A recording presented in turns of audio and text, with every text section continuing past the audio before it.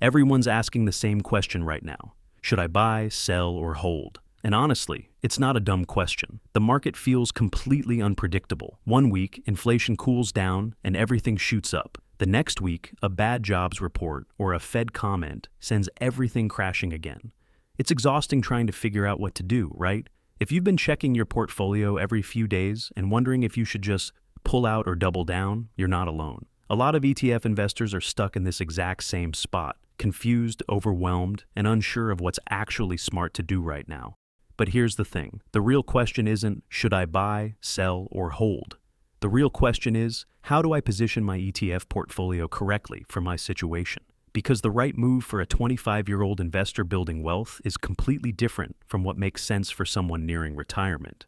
So in this video, we're not going to play guessing games about where the market's headed next week. Instead, we're going to break down the actual state of the ETF market in 2025, beyond the usual stock market headlines, using real data and trends.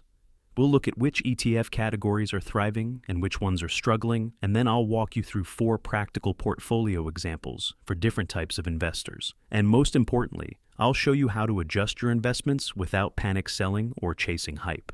Before we start, here's a quick disclaimer. This video is for educational purposes only. Always research and make decisions based on your own financial situation. Always contact a professional to get your own personalized advice. With that said, let's jump right in.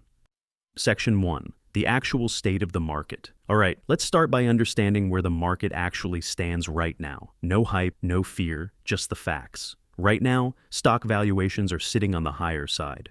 The S&P 500 is trading around a price-to-earnings ratio in the mid-20s, compared to the historical average of around 16 to 18. That basically means investors are paying more for every dollar of profit than they usually do. So stocks aren't cheap, but they're not at bubble levels either. Volatility has ticked up a bit this year.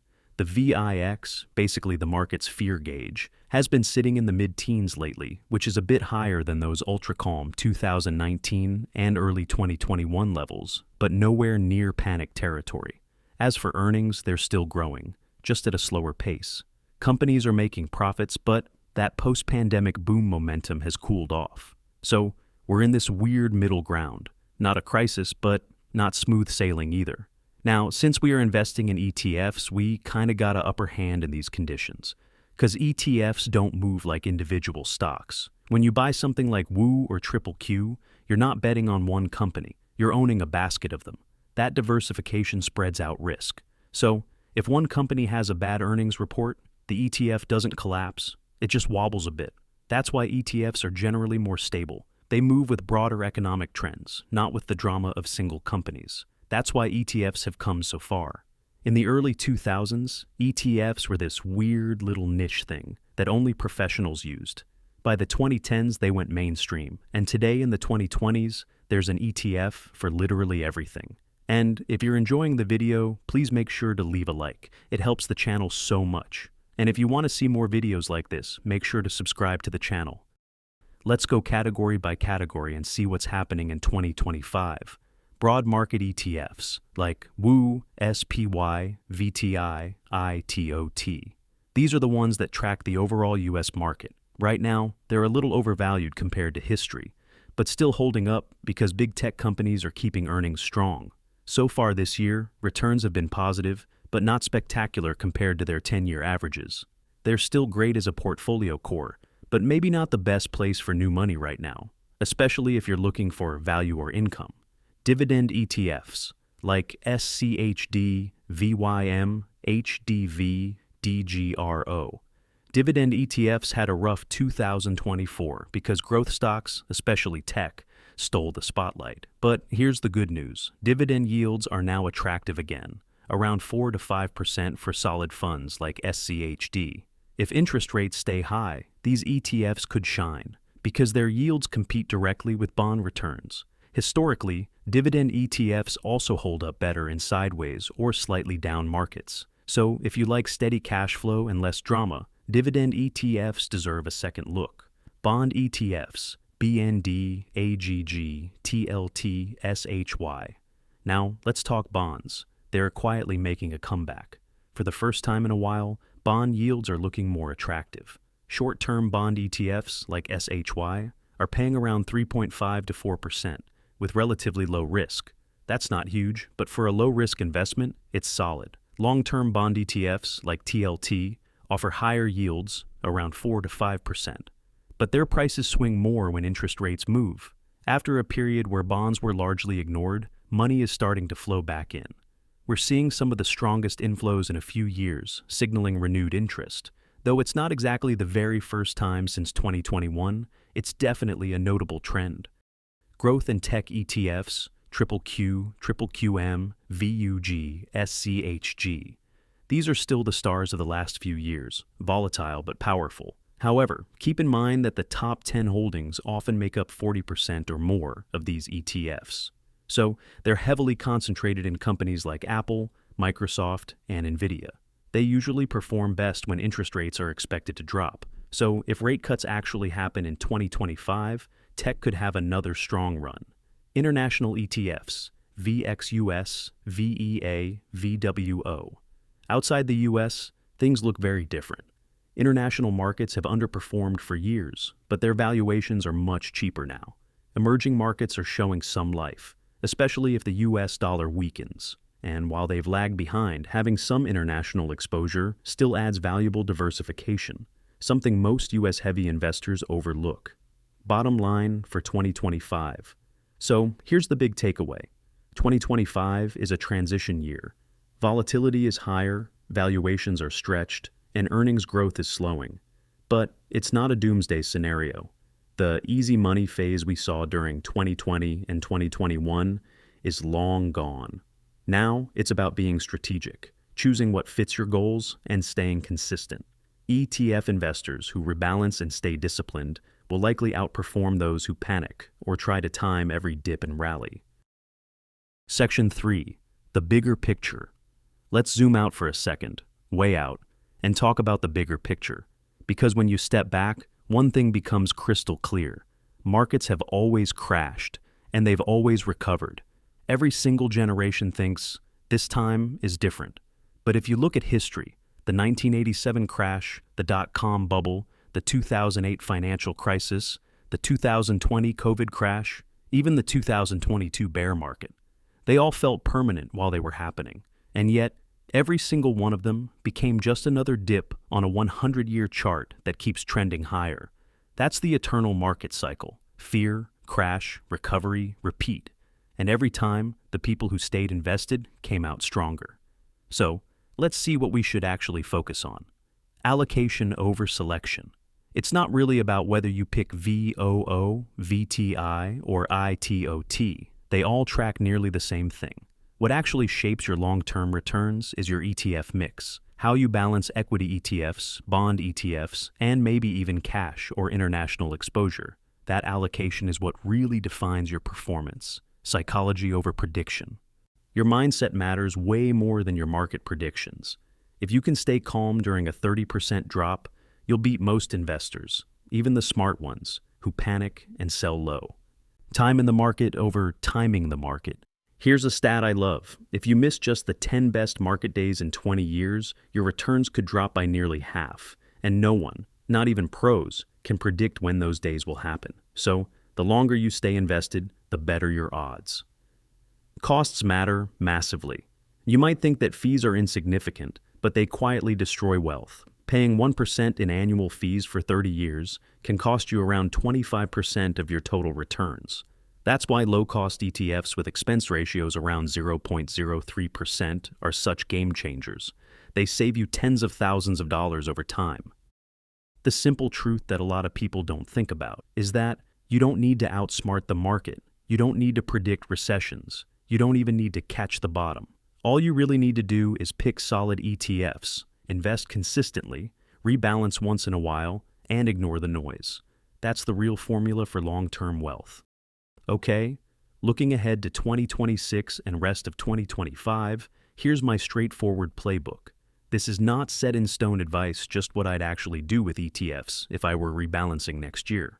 Broad market ETFs. These are still the backbone of most portfolios. Simple, low cost, and built for the long run. Stocks have had a strong 2025, so instead of throwing in a big lump sum right now, I'd slowly add money over time.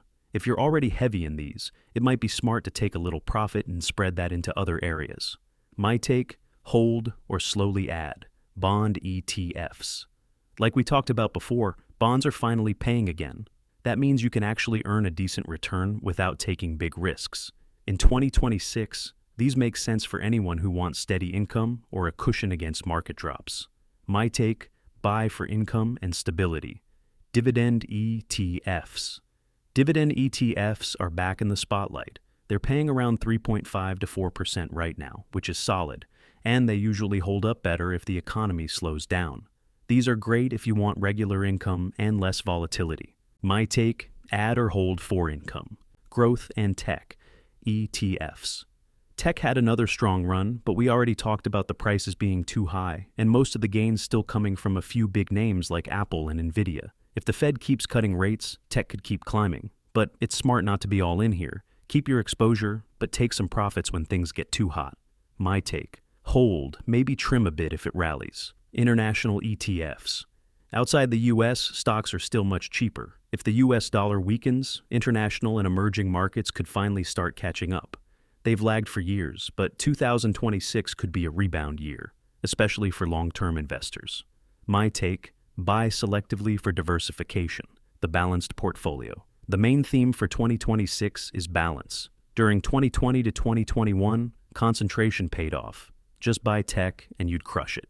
Then 2022 punished that same approach. In 2025, up until now, the winners are likely to be those with balanced portfolios, spreading across stocks, bonds, and a bit of cash.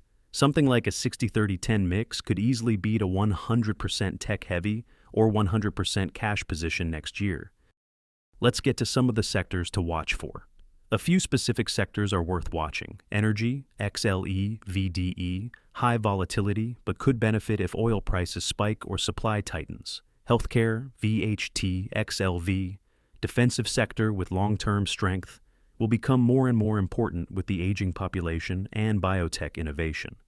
Financials, VFH, XLF. Banks benefit from higher rates, but a recession would hurt.